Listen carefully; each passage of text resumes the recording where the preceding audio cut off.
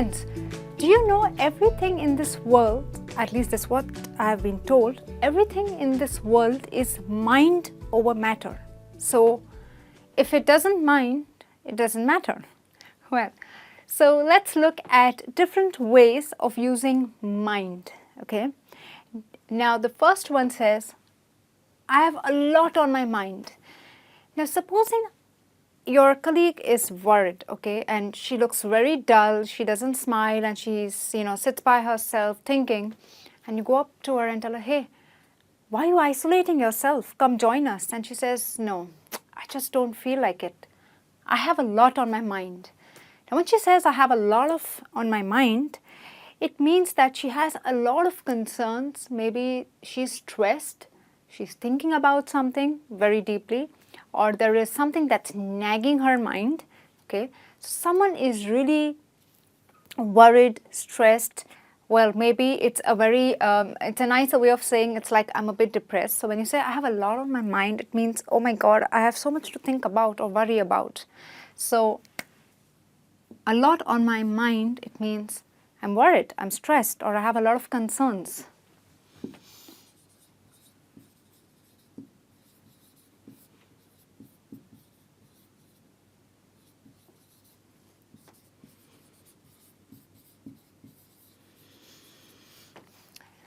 Yes. So remember, friends, I really hope that you don't have a lot on your mind, okay? I just hope you're a lot stress-free and relaxed always.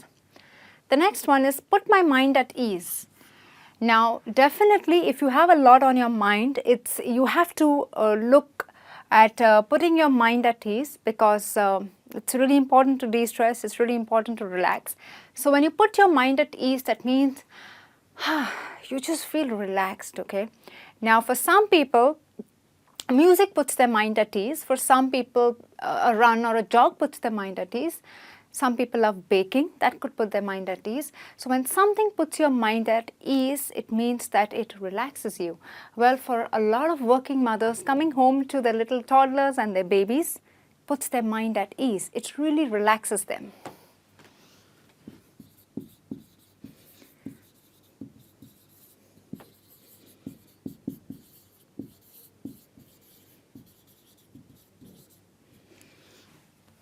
Yes.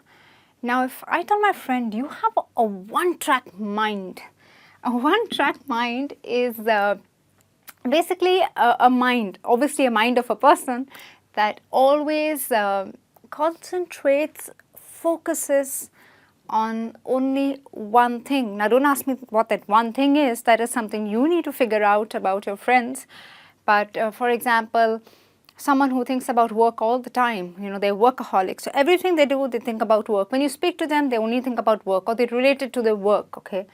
So it's work, work, work everywhere. So you say, hey, listen, you have one-track mind, okay? That means you focus on only one thing.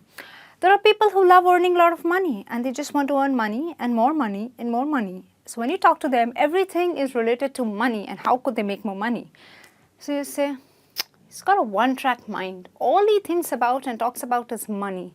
So when someone has a one-track mind, that means they just focus, okay, on one thing or one subject.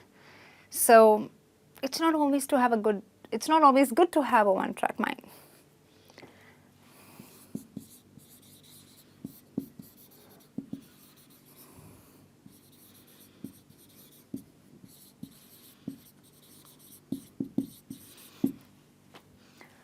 Yes.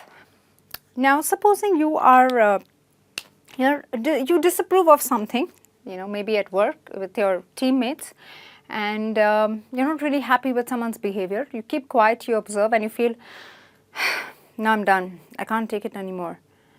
You want to voice out what you feel. Now, you are anyways irritated, agitated, annoyed. So when you decide that now I'm going to tell my colleague, you say, I'm going to give him a piece of my mind, okay? So when you give someone a piece of your mind, it doesn't mean actually break it and give it.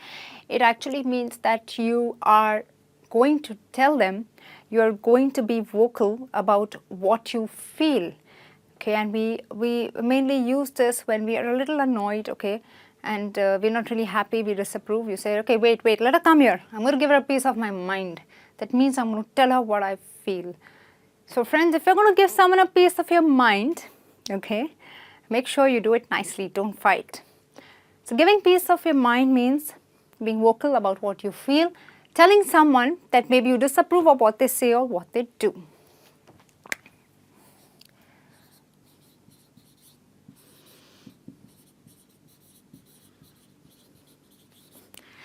So when someone tells me, hey Rachna, I'm going to give you a piece of my mind, do you know what I tell them? I said, hey, don't give me, I have my own. Just kidding. So basically I tried to tell them I have my own peace of mind and the way I think, but that's not the right answer to give. Fine. The next one, out of your mind. Now imagine your friends have gotten a little kinky and they decide to do crazy things, or rather something very irrational, and you're like, what? Are you out of your mind? When you tell someone, are you out of your mind? That means, are you crazy? It's an informal way of saying, are you crazy? Have you lost it? So you say, are you out of your mind? Because it's only when you're out of your mind, you're a bit insane, you're kinky, and you do silly things or irrational things. So when you tell someone, are you out of your mind? You're crazy. But remember, don't use it with seniors, okay? It's a bit offensive. They may not just take it too well. So it's an informal way of saying, are you crazy?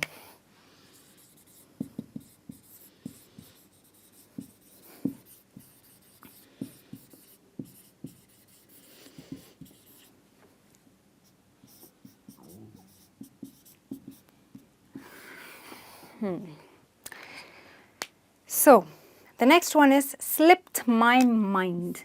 Now it doesn't literally mean that it just slips. When you forget something, I was supposed to carry some chocolates for my colleagues today because it's my pet's birthday. So I was supposed to carry chocolates, and I promised that I would bring them chocolates. But oops, I forgot, okay? So when I forget, I say, I'm sorry, it just slipped my mind. You know, I woke up late and I came in a hurry and I didn't want to get late to work. So in that whole rush, in that whole rigmarole, it just slipped my mind. So when something slips your mind, it means that you forget something unintentionally. Obviously, you have not done it intentionally. So it's a way of saying, I forgot. So, oops, it just slipped my mind. I mean, I'm sorry, okay? Or if you forget your friend's birthday, I don't know if it's nice to say it slipped my mind, but well, if you're close enough, you can be honest and say, hey, I'm sorry I didn't wish you. It just slipped my mind. I was too busy at work, okay? That means you forget something.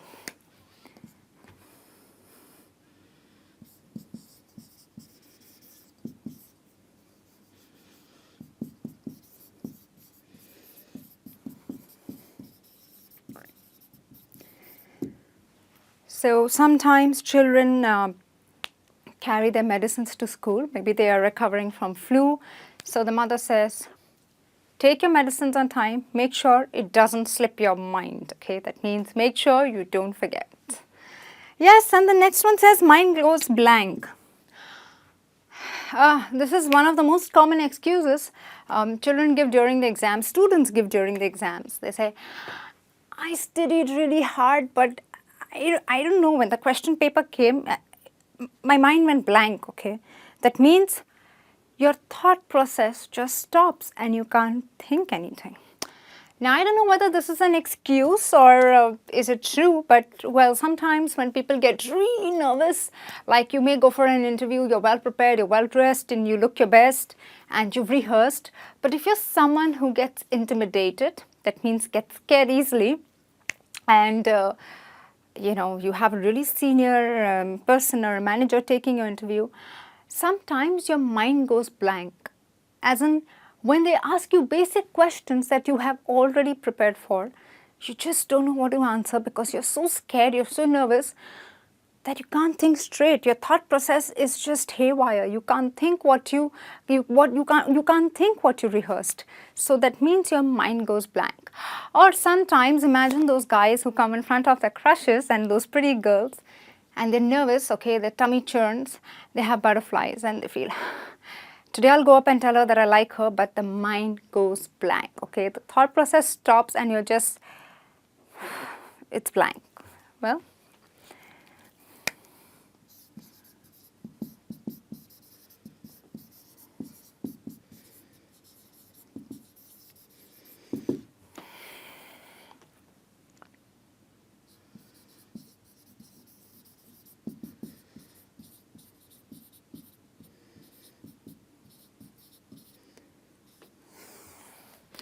Well, and the last one is the easiest one and the most common one we use, never mind.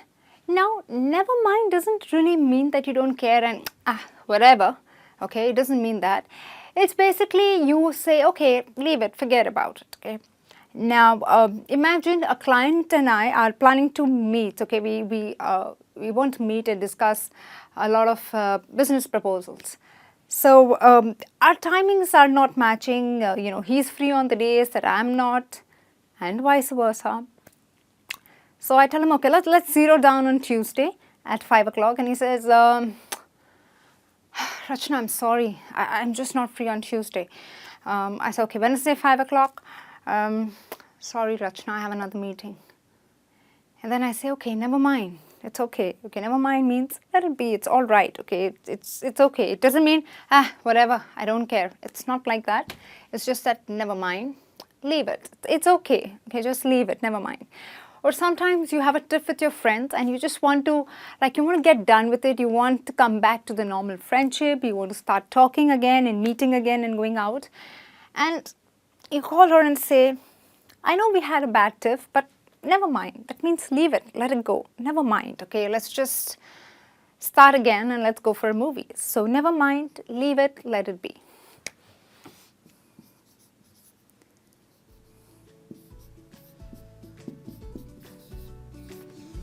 Okay, friends, so these are the common phrases we use with the word mind. Okay, there are many other phrases, but these are the common ones.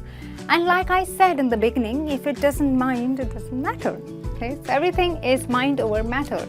Well, so this brings me to the end of this lesson. I hope you enjoyed watching it.